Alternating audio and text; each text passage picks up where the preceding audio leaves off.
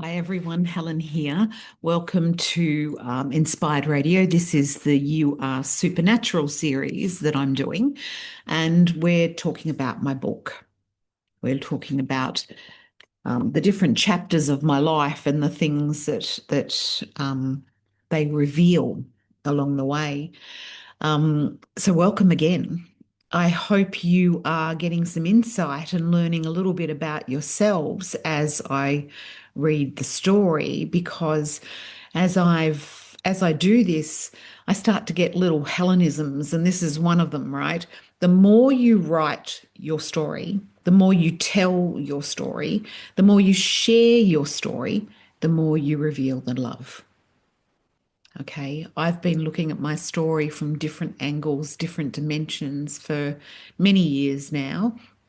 I have no attachment to any of it anymore, and that's a good thing. Okay, getting to a point of living without attachment to our stories is liberating. It's liberating because you can tell them without getting emotionally triggered.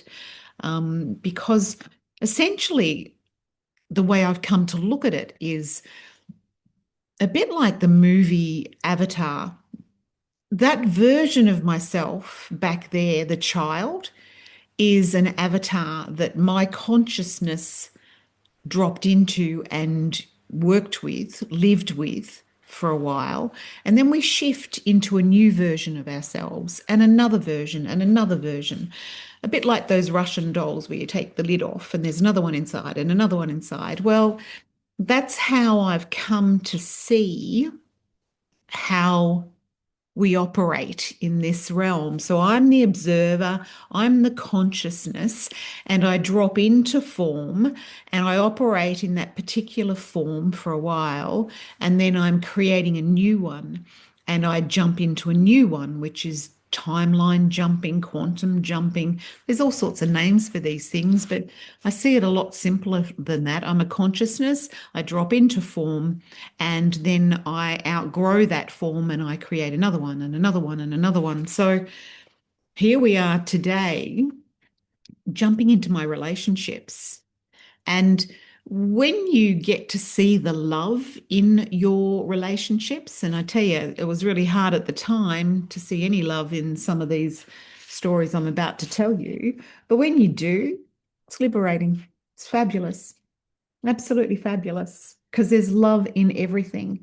It's just what I've learned is that we get caught up in, there's a couple of ways to look at it. We get caught up using just our senses, and our senses are limited. They're limited to the three-dimensional world. So touch, taste, sight, sound, those sorts of things are limited to the material world, to the world of form. And when we get caught in that lower form, that's duality. That's duality. So that's where we see good and bad and right and wrong and up and down and all those things. And somewhere in the midst of all of that is God. I hope that's explained it enough. That's where God is. We are a singularity. We are a consciousness. We are love. But when we get caught and drop into duality, it polarizes everything and takes us a step away from the love. So let's get into it, because I really want you to see what this relationship with Greg was all about, because Greg is where it becomes really obvious that my childhood, and being taught by my father that I wasn't good enough, I wasn't worth it.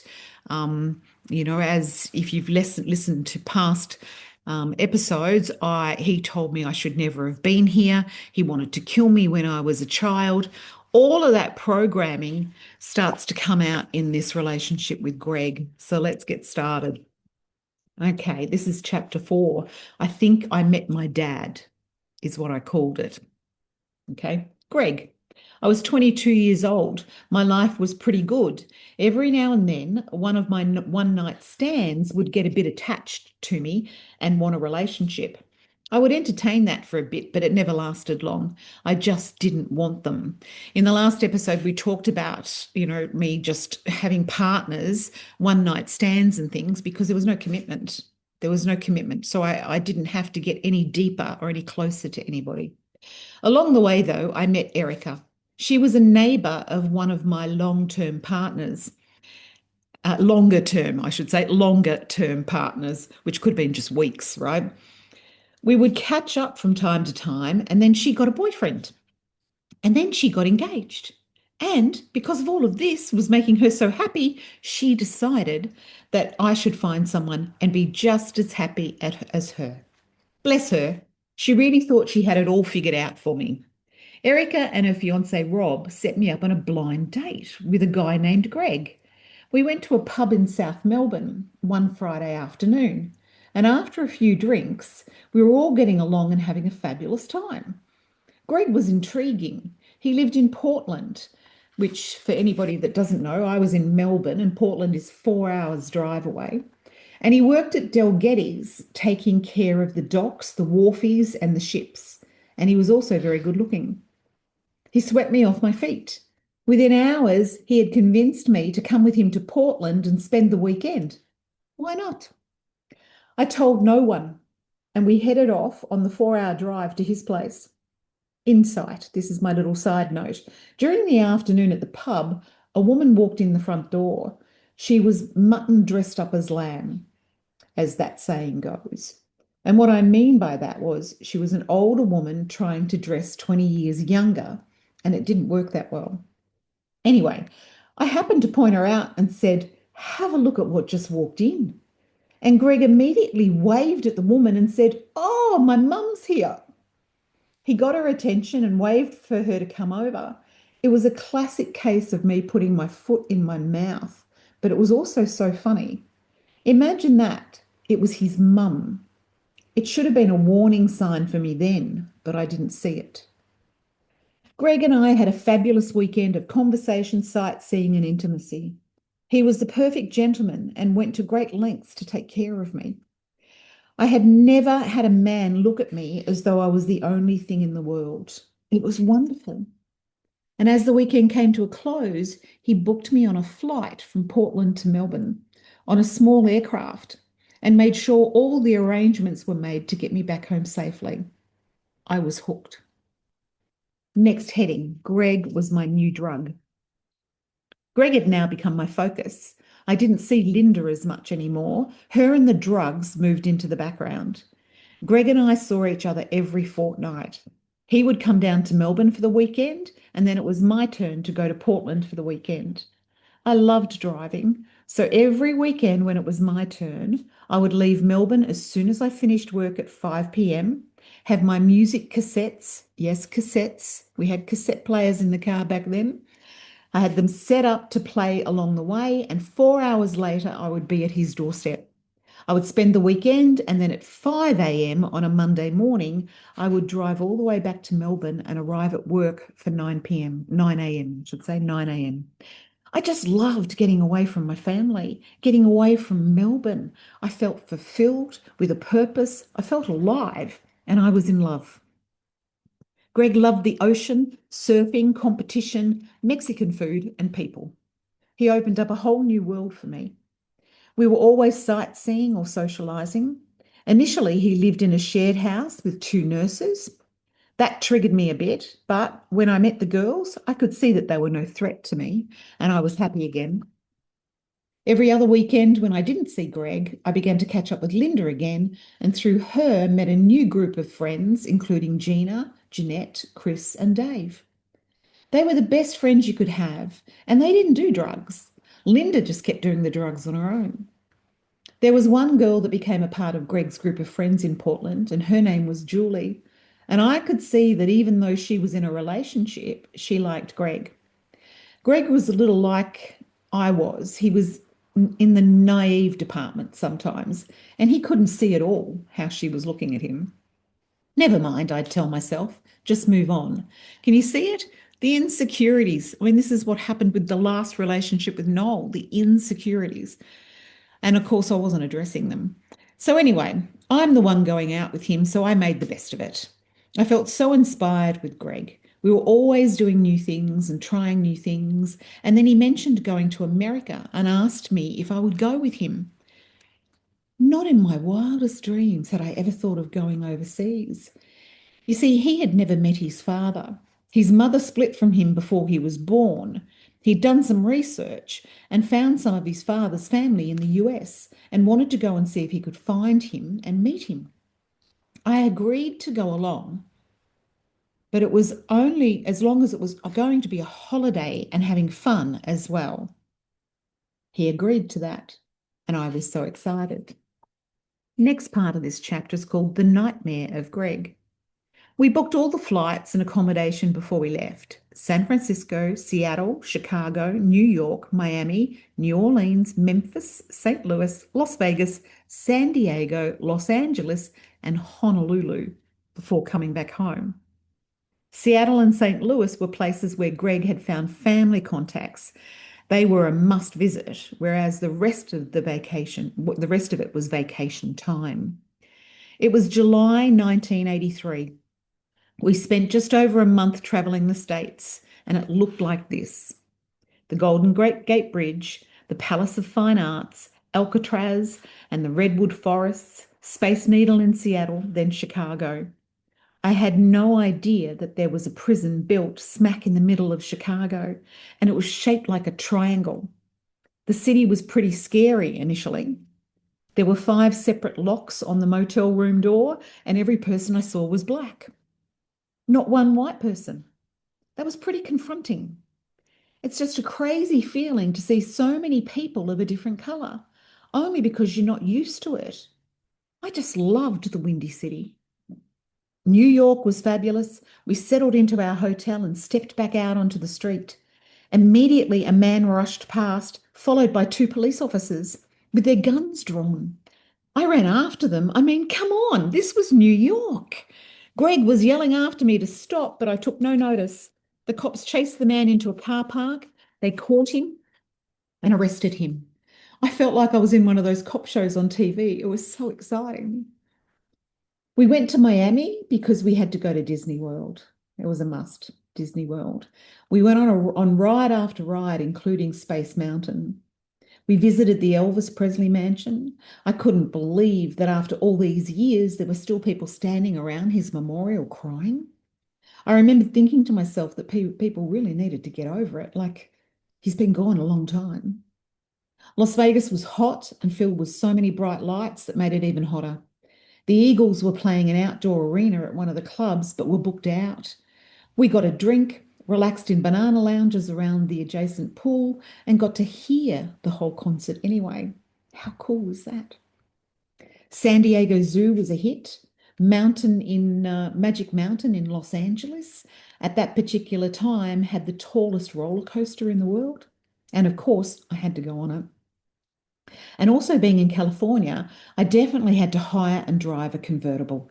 Unfortunately, after riding the unique high that comes with traveling, it was in Los Angeles that the trouble struck and the high crashed. Next part of this chapter is called He Hit Me. Greg had been going through all sorts of emotions and anxiety through this trip. He was getting pretty wound up, but I wasn't going to let it ruin my holiday. We hired the convertible, and because it was my dream, I was the driver. We set off on the highway, and I was busy navigating a new car, a big car, 6-lane highway, and driving on the wrong side of the road. Forgive me if I had said something wrong, because to this day, I still can't recall what I said. Whatever it was, it triggered Greg, and he smacked me in the mouth with the back of his hand. It was actually his watch that hit me in the mouth.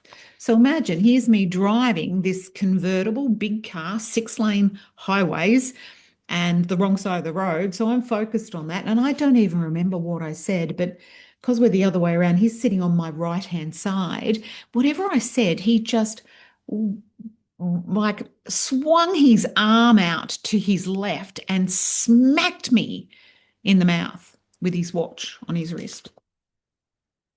I immediately lost 2 teeth and started bleeding. Within seconds, a police car was behind us, sirens on, lights flashing, so I pulled over. Now, here's the kicker. The police got out and came over to me. They said they noticed me driving erratically and wanted to know why. I told them we were from Australia, I was new to driving here, I miscalculated the traffic, had to brake suddenly, and smacked myself into the steering wheel.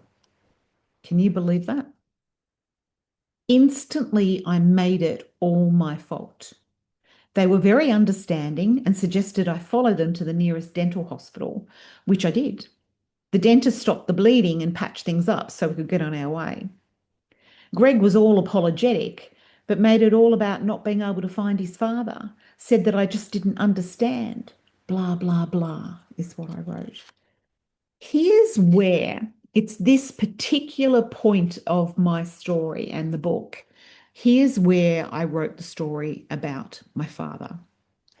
When I first went to write the book, I was not going to put anything in the book about because I was well and truly over my childhood and my father. I wasn't going to put anything about the sexual abuse or the mind poisoning, that kind of stuff. Um, I really thought I'd come to terms with that myself and I didn't need to put it out to the world. But when I started writing the book, I realized that if I didn't tell you what had happened when I was a child, how would that explain what I just did with Greg? In an instant, he did the wrong thing and he physically hit me. Within seconds, I had the police there and I could have just said, he just whacked me in the mouth, right, and attacked me. And they would have arrested him and all sorts of other things would have happened. But no, no, no, no, no. That subconscious programming that was so strongly instilled by my father triggered straight away. And I immediately made it all my fault. New country, big car, just getting used to things. That was why I was driving erratically and slammed the brakes on and slammed my own head, my own face into the steering wheel. Wow. Right? Whatever we're focusing on, whatever we're thinking about, we're creating it or recreating it. Wow. Next was Honolulu. It was stunning. Sunbathing at the beach. And if you remember the TV series Gilligan's Island, it was the same spot that they launched their boat from. We all love a story to tell when we get home, right? We dined on a catamaran, rode a dune buggy through the pineapple fields and tropical hills. It was so beautiful.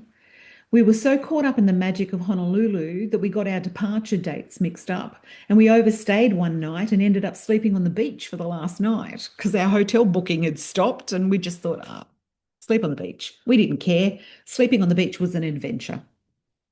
As you've probably gathered, I locked away the whole event of being smacked in the mouth and buried it as deep as I possibly could. I think I just weighed up all the good and positive things about our relationship against that one event and told myself it would never happen again and that it was just a one-off thing. But burning away in the background was that I caused it. That crazy self-talk that if I had have just cared more about him and his dad, if I had have maybe helped him focus more time, if I hadn't been so selfish about wanting it to be about a holiday and that blah, blah, blah stuff. The next part of this chapter is called the Portland move. In November of 1983, we got engaged. Right. Now in my life, you look at someone's behavior like that was his subconscious coming up and my subconscious coming up. If you don't do any work on that, it's going to come up again. Right. But I didn't know that. I didn't know that. So we got engaged and I moved to Portland to live with Greg. I was very excited about the move. I had a hope chest or a glory box, as they were called in those days. It was a camphor chest full of all sorts of things to start a home. Cutlery, glassware, dinner set, towels, sheets, candles and picture frames. I got to open it all up and start to use everything. I think the chest was also packed to the brim with my fantasies of setting up a home. I remember filling that chest. Took me, years just here and there, buying bits and pieces and filling it all up. It certainly was filled with what I thought were dreams, but really fantasies. Insight. Writing this part of the book brought up so many things. I came so close to death so many times. It brushed past me and made sure that I knew it was around. More times of being terrified and so afraid that I've buried under being so proud and tough and strong. I had to push through these old feelings before I could begin to tell the rest of the story. The trauma had resurfaced. I have allowed it to. I have felt it. I have screamed it out loud. It has racked my heart with sobs and cries of anguish. I have cried until I broke, once again, letting the past loose. I had no idea what tremendous, powerful pain I had been carrying around for so long. That's what came out as I'm about to write the next parts of the book. It didn't take long, I want to reassure you, right?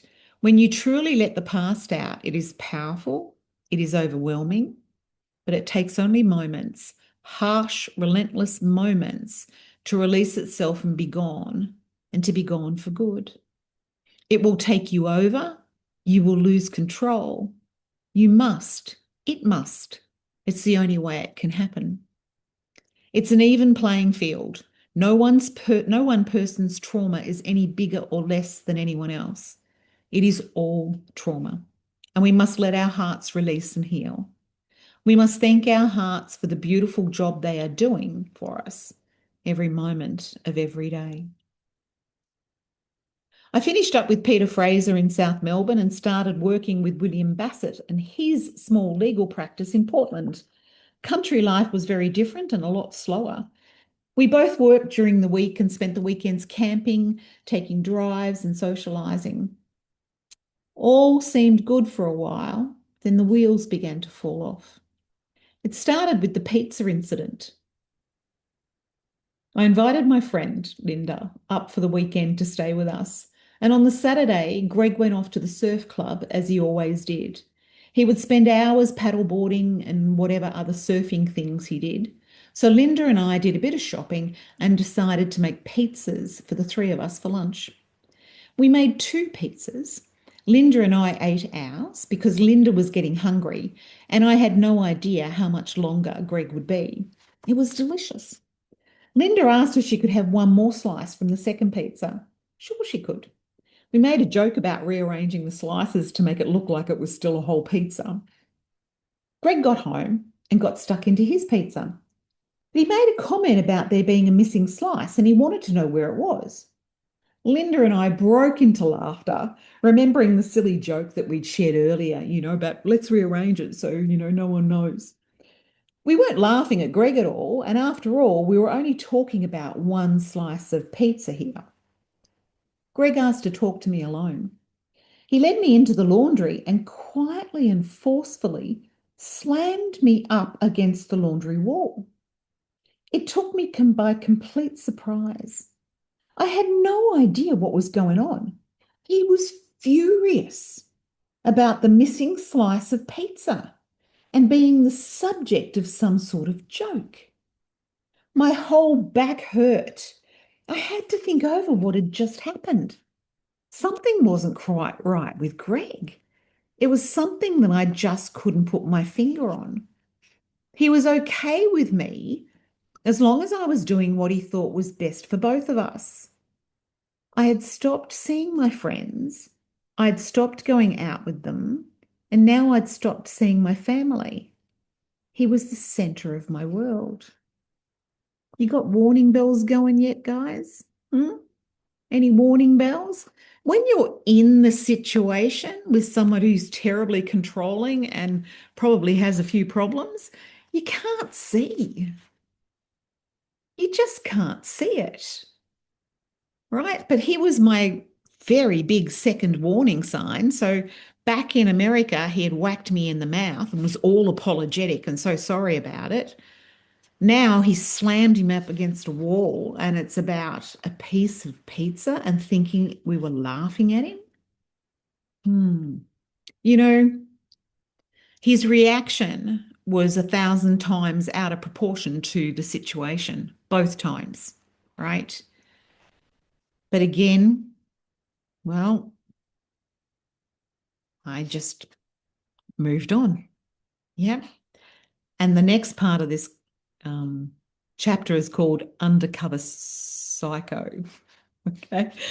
I hadn't seen it before because I was happy to just focus on him.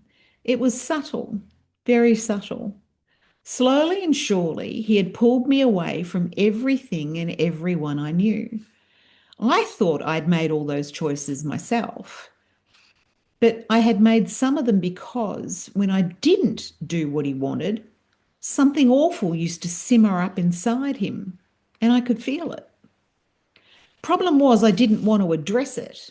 How could I address it? Twice now I had seen him snap, and I didn't want to see it again. So I stayed quiet and even withdrew a little. I had no idea what to do. His mother and sister came to visit, and it was nice to see them.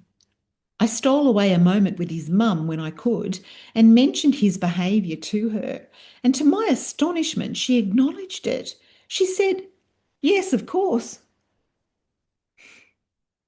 She was surprised that there hadn't been more episodes. It was common for him to lose it as far as she was concerned. What was I to do? You can't negotiate with irrational behaviour. I had already learned that from my dad. Greg was looking more and more like a nut job to me. It came to a head one night when he was going to bed, and I went into the spare bedroom to read for a while as I wasn't ready to sleep yet. He came into the spare room and asked why I was in the spare room. I said I was going to read for a while and I would do it here so I could have the light on and not disturb him. He declared, "If you fall asleep, I'll wake you up with a bucket of cold water." What? That was a crazy thing to say. I assured him that I was going to read and had every intention of coming to bed. So guess what? You already guessed. I fell asleep and was woken up by a bucket of cold water thrown over me and the bed I was lying on. That was it for me. I was done. I rang my brother the next day and said I had to get out of Portland. The following Saturday, while Greg was at the surf club, my brother and a couple of his friends came to the house with a trailer. We loaded it up and I left. Why did I do it this way? Because I was afraid. I was afraid of Greg and the rage inside of him. He didn't stop there, of course. He haunted me and he stalked me. Thankfully, the 4 hour distance between us didn't make that so easy for him, and he eventually dropped away into the world of crazy people I once knew. That's enough for today, right? That's Greg. That's Greg in a nutshell. I had attracted my dad, just in a different form, in a different way. And he had that element of psycho in him that I hadn't called my dad that yet, right? Further up in the book, further up in my life, I actually find out about dad's mental issues, right? I get to kind of put a label to it. But growing up with your father, living the way that you are, you just think that that's the way life is. You don't label them as, having mental problems or conditions or diseases. And I didn't do that with Greg either, but I had attracted the same behavior as my father. All started nicely. Everybody know that one when you first meet people. It's like, it's like a pack of cards. We only show a few amount of cards to the other person, and all the rest of it's in the background. So when I addressed his behavior with his mother's like, yeah, she just thought that I was just copping it and handling it because that's what they did, right? This man had serious problems. Yeah. All it took was a trigger, sometimes the simplest, craziest trigger, and he would become totally irrational. And as I said, thank God for the 4 hour difference because, he came to Melbourne a couple of times and tried to hunt me down and follow me around in my car. And, you know, weekends that I knew that he was going to be around, I was terrified. I was constantly looking in the rear vision mirror and constantly watching what I was doing and when I was doing it.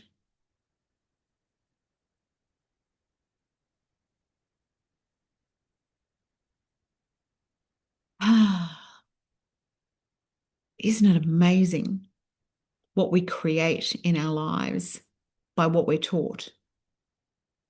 We are programmed, and then the programs keep running. They keep running. And we think that they're us. I thought that was me. I thought that's just life was just dishing it up at me and I deserved every bit of it.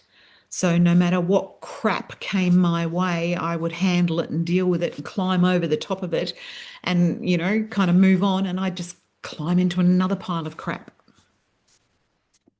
I had no idea I had a choice. No idea I had a conscious choice to do something different. But it was coming. But it was coming. So until next week, please have a look at your relationships.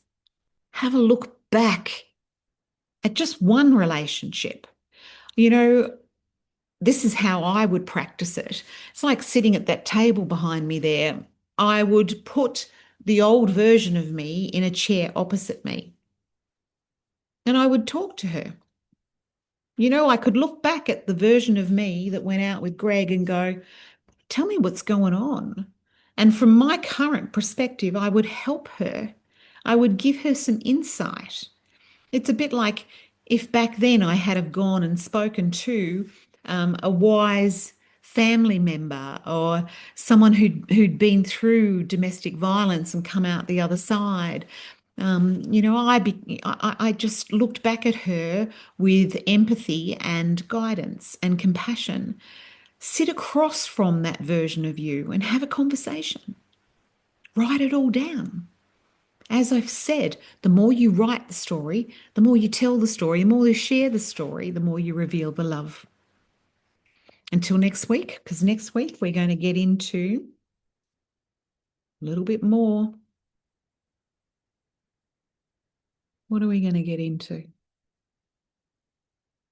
Oh, let's just call it a little bit more. All the trouble's just starting to bubble up now. A little bit more trouble. Okay. All right. And in the meantime, my love to you all.